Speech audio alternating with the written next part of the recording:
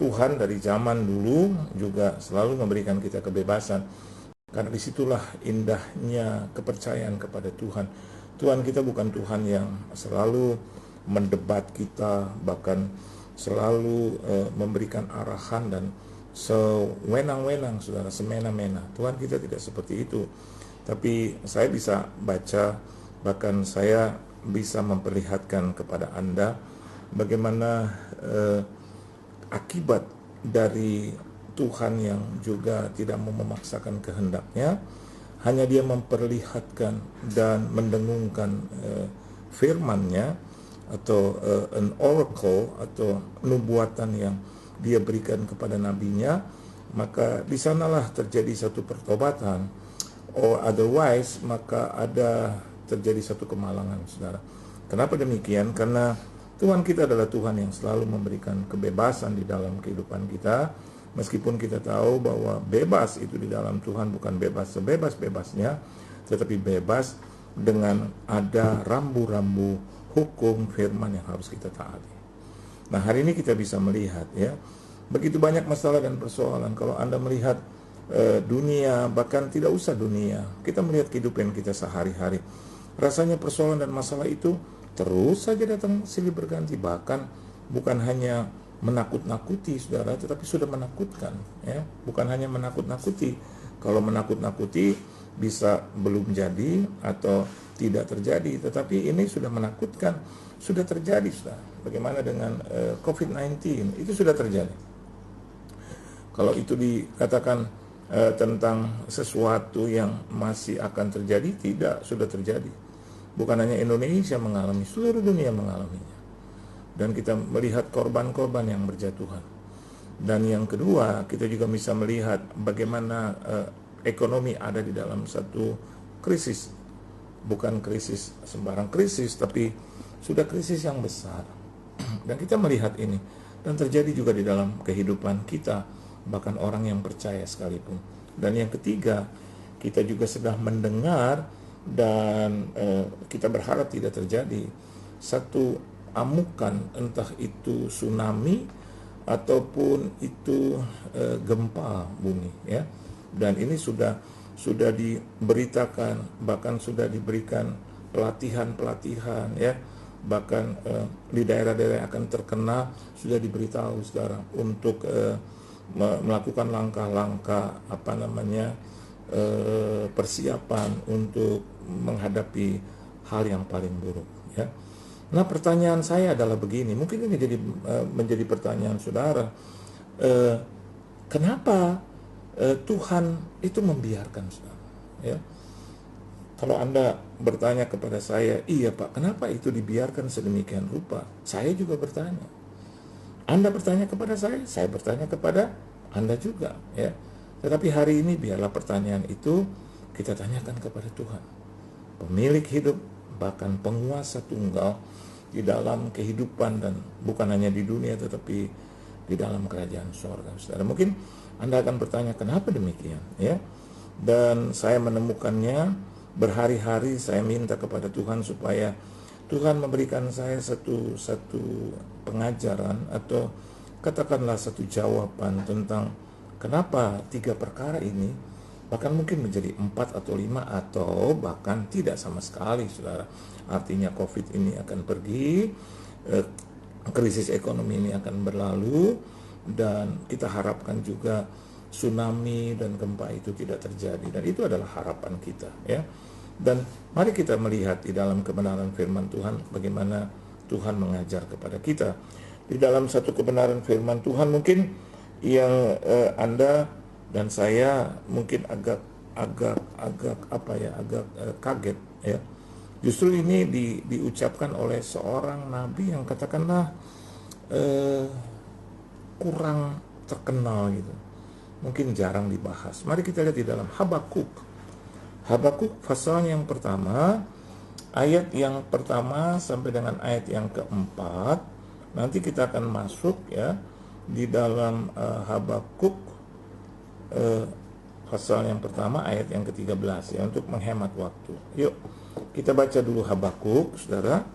Mari kita lihat Habakuk Anda jangan bilang Habakuk itu tidak ada gitu ya. Habakuk ya.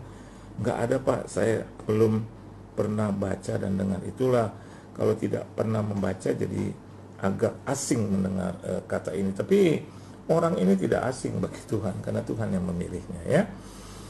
Habakuk pasal yang pertama ayat yang pertama, Alkitab katakan ucapan ilahi dalam penglihatan Nabi Habakuk ya. Dalam bahasa lain dikatakan the oracle that Habakuk the prophet received ya. Artinya satu nubuatan. Ucapan ilahi itu satu nubuatan, an oracle ya. Di situ dikatakan ayat yang kedua, tapi ada satu judul yang disematkan oleh Lembaga Alkitab Indonesia yang mengatakan keluhan Nabi karena ketidaksetiaan ya. Tapi dalam Alkitab bahasa yang lain yang saya pegang ya, di sini tertulis Habakuk's complaints ya. Jadi komplain seperti saya dan Anda. Kenapa? Karena pada zaman itu dia melihat kok sepertinya why do evil people seem to go unpunished ya. Jadi kenapa kejahatan-kejahatan ya di muka bumi ini sepertinya tidak dihukum, unpunished ya. Bahkan dikatakan why does God often seem indifferent in the face of evil gitu ya. Jadi kenapa Tuhan seringkali kelihatannya itu acuh tak acuh ya, indifferent artinya acuh tak acuh ya, sepertinya membiarkan, sepertinya ya tidak memihak gitu ya. Sedangkan yang saya tahu, ada dulu artikel yang berkata bahwa kebenaran itu tidak memihak. Bagi saya kebenaran itu memihak. Memihak kepada siapa? Kepada apa? Kepada kebenaran itu sendiri. Tuhan selalu berpihak, memihak. Dia tidak pernah ada di tengah. Saya tidak percaya bahwa Tuhan itu di tengah. Oh terserah kamu ribut. No. Dia tahu dia hanya berpihak kepada orang benar. Meskipun kebenaran itu bisa disalahkan, tetapi pada akhirnya eventually ya, kebenaran itu tidak pernah dikalahkan dan tidak pernah terkalahkan. Jadi Tuhan itu selalu berpihak. Jadi kalau saya katakan bahwa kebenaran itu tidak bisa terkalahkan because God is with it gitu ya. Karena Tuhan ada bersama dengan kebenaran itu. Nah, di situ dikatakan keluhan Nabi karena ketidaksetiaan ya, Habakuk complains ya. Terus di situ dikatakan berapa lama lagi Tuhan aku berteriak tetapi tidak kau dengar. Ini yang sedang kita lakukan, bukan saudara? Betul apa betul? Kita sudah berteriak dan Habakuk complains karena dia merasa how long gitu. Berapa lama lagi? Till how long? Jadi dia sudah merasa bahwa sudah cukup lama. Artinya gini, berapa lama lagi sih? Aku kan sudah menunggu dan aku sudah berteriak, but you didn't hear it, ya.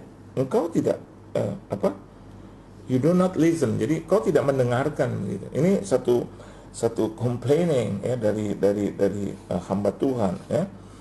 Aku berseru kepadamu. Bahkan di situ dikatakan cried out ya, berteriak sampai seperti menangis saudara, berseru kepada Tuhan. Ini penindasan ekonomi yang rapuh, ini penindasan Tuhan. Penyakit corona ini menindas hidupku, menindas umat manusia, menindas pekerjaanku, keluargaku, rumah tanggaku, sampai begitu.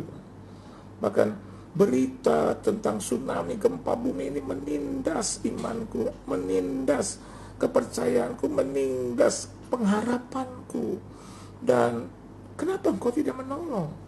Tetapi tidak kau tolong, but you do not save ya. Dalam bahasa lain penindasan dikatakan violence ya. Jadi kejahatan saudara, criminal violence gitu ya, kekejaman ya, kebrutalan gitu ya, violence gitu ya. Ini kan kejahatan gitu, ini kan penindasan gitu. Kenapa kau tidak turun tangan? Bahkan di ayat yang ketiga dikatakan, mengapa engkau memperlihatkan kepadaku kejahatan? Menurut saya sepakat juga dengan Habakuk, dan Anda pun pasti juga sepakat. Karena kenapa engkau memperlihatkan kepadaku kejahatan sehingga aku memandang kelaliman, ya aniaya dan kekerasan ada di depan mataku. perbantahan dan pertikaian terjadi, saudara, ya. Dan ayat yang keempat, itulah sebabnya hukum kehilangan kekuatannya. Anda bisa nonton di TV, di stasiun-stasiun televisi, kita juga bisa melihat bagaimana mereka berdebat, bahkan sampai bertikai tentang status hukum yang menurut mereka kehilangan kekuatannya. Bahkan ada demonstrasi di mana-mana yang mereka berkata hukum itu kehilangan kekuatannya. Dan Habakuk menambahkan, dan tidak pernah muncul keadilan. Kenapa keadilan itu tidak menang, Tuhan? Kenapa tidak kelihatan itu adil? Kenapa tidak kelihatan? Dan dia lanjutkan dengan kata, sebab orang fasik mengepung orang benar. Kenapa orang-orang fasik itu engkau izinkan atau kau biarkan untuk mengepung orang benar? Seharusnya menurut penilaian Habakuk dan saya dan juga Anda, harusnya orang benar yang mengepung orang fasik. Iya dong. Orang benar katanya kan memiliki senjata, memiliki kuasa, the power of God. Dan mestinya mereka dong yang harus berkuasa di muka bumi, saudara. Mereka yang harus menjadi orang yang menang. Mereka harus menjadi orang-orang yang mengatur segalanya.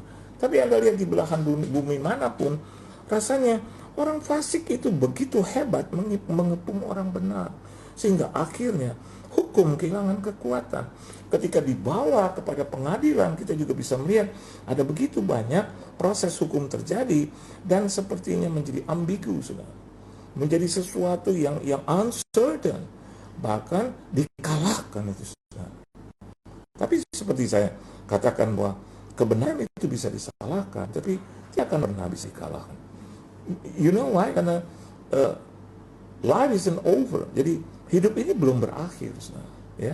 Bahkan kita juga bisa melihat ada begitu banyak orang-orang yang menyerahkan hidupnya bagi Tuhan, menyerahkan nyawanya bagi Tuhan. Itulah sebabnya keadilan muncul terbalik. Dia katakan itu, ya. Why do you tolerate wrong? Kenapa engkau menoleransi, mengizinkan yang salah, Tuhan? Why do you tolerate wrong? Kenapa? Ada apa dengan itu?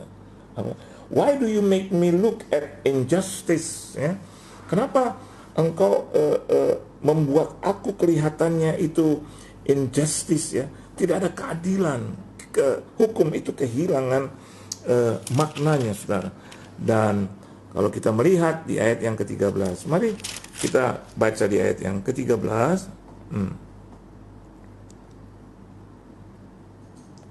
Mari kita baca sama-sama, saudara. 1, 2, dan 3. Matamu terlalu suci untuk melihat kejahatan, dan engkau tidak dapat memandang kelaliman. Mengapa engkau memandangi orang-orang yang berbuat khianat itu, dan engkau berdiam diri apabila orang fasik menelan orang yang lebih benar dari dia? Di ayat yang ketiga di situ dikatakan destruction and violence are before me, ya. Jadi perusakan dan kejahatan itu ada di depanku. There is strife, ya. Ada striving di situ, ada conflict abounds di situ, dan therefore the law is paralyzed. Artinya paralyzed, bahkan hukum itu menjadi lumpuh, saudara, menjadi lumpuh. And justice never prevails, ya. Tidak kelihatan hukum itu, keadilan itu tidak muncul, saudara, bahkan terbalik, ya. Nah, di sini kita bisa melihat ketika dia berkata complaining daripada Habakuk di ayat yang ke-13, matamu terlalu suci untuk melihat kejahatan dan engkau tidak dapat memandang kelaliman. Mengapa engkau memandangi orang-orang yang berbuat khianat itu dan engkau berdiam diri apabila orang fasik menolong orang yang lebih benar dari dia? Saya mau memberi judul khotbah saya pada malam hari ini, ketika Tuhan berdiam diri. Apa yang harus kita lakukan ketika Tuhan berdiam diri?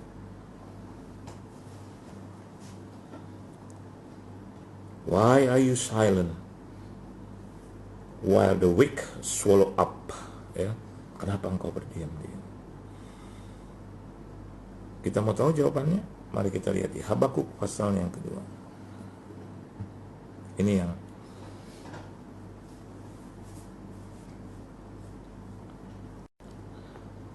menjadi jawaban di ayat yang pertama. Aku mau berdiri di tempat pengintaianku dengan judul orang yang benar akan hidup oleh karena percaya. Aku mau meninjau dan menantikan apa yang akan difirmankannya kepadaku dan apa yang akan dijawabnya atas pengaduanku. Jadi hal yang pertama, saudara, yang harus saya dan Anda lakukan di hari-hari yang semakin jahat seperti ini, Anda dan saya harus ada di tempat pengintaian. Amin. Aku mau berdiri di tempat pengintaianku dan berdiri tegak di menara. Saya dan Anda yang dikatakan orang benar itu harus berdiri di tempat pengintaian, yaitu satu menara. Nah, kita tahu bahwa menara itu adalah tempat mengintai, tempat memeriksa, tempat mengamat-amati, saudara. Dan ini menjadi satu kebenaran yang harusnya juga menjadi satu kebenaran di dalam kehidupan orang yang percaya, khususnya yang hidup di zaman ini.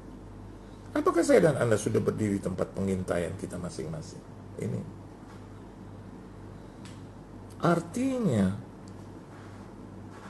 persiapan kita menghadapi keadaan susah ini terlalu minim, sehingga akhirnya kita kaget dengan hal-hal seperti ini.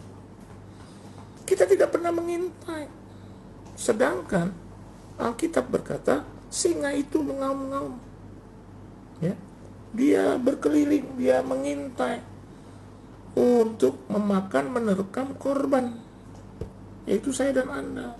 Singa itu bicara tentang iblis. Dari ribuan tahun yang lalu, pekerjaan dia adalah mengintai. Dan saya dan Anda tidak seperti dua pengintai yang diutus oleh Musa pada zaman itu, seperti Yosua, seperti Kaleb. Mereka mengintai dengan benar. Mereka memiliki satu persiapan yang baik, satu pemahaman yang baik dan benar. Apa yang kita lakukan di zaman dahulu sebelum terjadi peristiwa ini, saudara? Oleh sebab itu, Lembaga Alkitab Indonesia memberi judul orang yang benar akan hidup oleh karena percayanya. Kalau saya dan Anda sudah membangun dan mampu berdiri di tempat pengintaian, artinya dia berdiri cukup lama itu. Jangan mengharapkan kita menang kalau kita tidak pernah berdiri di tempat pengintaian, saudara. Jangan pernah kita merasa menang dan bisa menang kalau saya dan Anda tidak pernah ada di tempat pengintaian itu.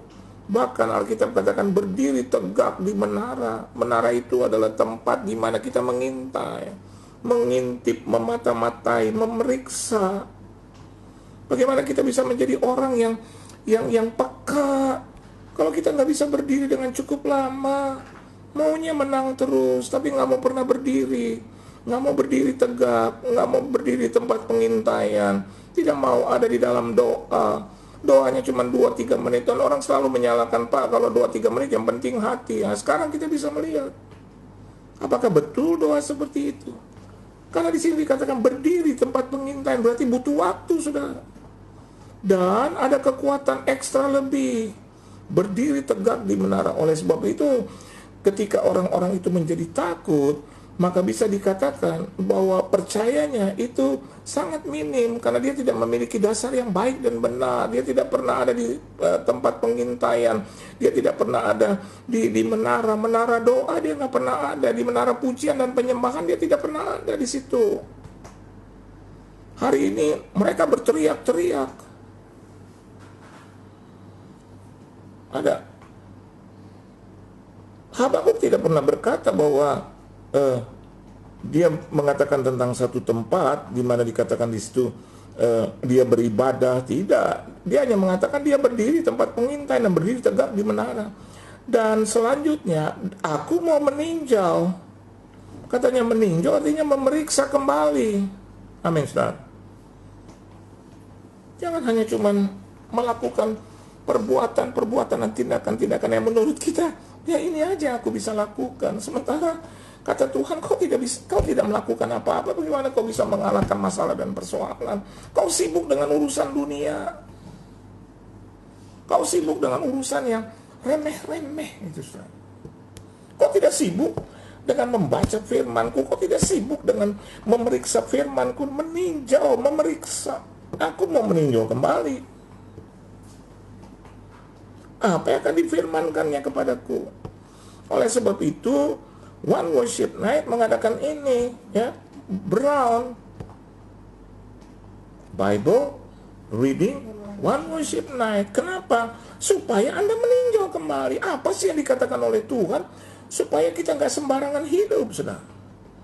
Supaya saya dan Anda ada di dalam satu pengharapan yang benar, bukan pengharapan yang salah.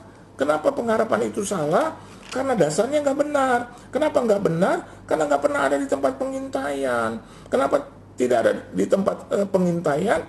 Ya, dia menghambur-hamburkan, menghabiskan waktunya untuk urusan-urusan yang aneh-aneh. Dansa-dansi, terus pergi sampai larut malam. Saya tidak mengatakan bahwa pergi sampai larut malam itu melulu salah, tapi kalau dilakukan itu tiap hari, seminggu 4-5 kali, dan di sisi lain bilang saya belum baca firman. So what kind of righteous man are you? Orang benar macam apa kita? Amin, saudara. Orang benar macam apa? Dan Alkitab katakan yang hidup oleh karena percayanya itu hanya orang benar. Dibalik-balik ke sama aja ini. Orang benar akan hidup oleh karena percayanya, dan orang yang hidup karena percayanya itu orang benar. Amin, saudara. So Tuhan ingin mengatakan melalui Habakuk bahwa yang nanti bertahan, nanti yang menang adalah orang yang benar, the righteous man. Ingat Yakobus 5 ayat 17b. The prayer of the righteous man, the prayer of the righteous man is an effective and powerful. Doa orang yang benar. Harus ada kata orang yang mana, which man, which person, the righteous one, the righteous one. Oleh sebab itu, ayat yang kedua, Alkitab katakan, lalu Tuhan menjawab Habakuk. Amin, saudara. Kenapa demikian? Karena dia menghabiskan waktunya berdiri tempat pengintaian. Dan dia menghabiskan waktunya tegak di menara. Artinya tegak, tidak bergerak, tidak pergi kemana-mana. Jadi orang yang konsekuen, konsisten, orang yang lurus. 5 menit keluar. Di menara doa 5-7 menit keluar, angkat telepon. Terus Anda bilang, "Emang kenapa, Pak?" "Iya, waktu belum ada masalah nggak apa-apa sih. Begitu ada masalah, hitung lah." Kita hitung. Saya berani katakan demikian, bukan saya sombong, saya bilang, ya, there will be. Kalau memang itu adalah ajalku, kalau memang itu adalah akhir hidupku, iya. Yang penting, saya juga tidak berkata bahwa hanya saya yang berdiri di tempat pengintaian dan hanya berdiri tegak di menara. Anda juga orang-orang yang harus supposed to be there. Anda adalah orang-orang yang harus ada di tempat pengintaian. Di tempat pengintaian, Anda bisa mereka-reka. Anda bisa menghitung ulang gitu loh. Apa yang harus kita kerjakan, apa yang wajib kita lakukan, dan apa yang harus kita persiapkan. Kenapa? Karena kita hidup berdiri di tempat pengintaian dan berdiri tegak di menara. Kita bisa awasi itu semua. Karena kita lebih tinggi. Lebih tinggi dari daratan, saudara. Menara, tempat pengintaian. Tempat pengintaian tidak pernah ada di bawah, saudara. Menara itu tidak pernah ada di bawah tanah, tapi menara itu menjulang ke atas. Anda bisa memperhatikan, Anda bisa melihat. Dan Alkitab katakan, kita lakukan itu. Menantikan apa yang akan difirmankannya. Orang yang benar, yang hidup oleh karena percayanya, akan menantikan firman yang dikatakan oleh Tuhan. Dia akan hidup bergaul dengan Tuhan. Ini adalah bagian pertama. Karena waktu, saudara, nanti kita jumpa lagi di hari Jumat dengan bagian kedua dari mengapa Tuhan diam, atau ketika Tuhan diam. Yang pertama, apakah saya dan Anda ada di tempat pengintaian dan di menara dengan posisi berdiri tegak, ya, untuk meninjau dan menantikan apa yang akan dikatakan Tuhan kepada kita. pasti jawabannya adalah kemenangan dan keselamatan. Tuhan Yesus memberkati saudara.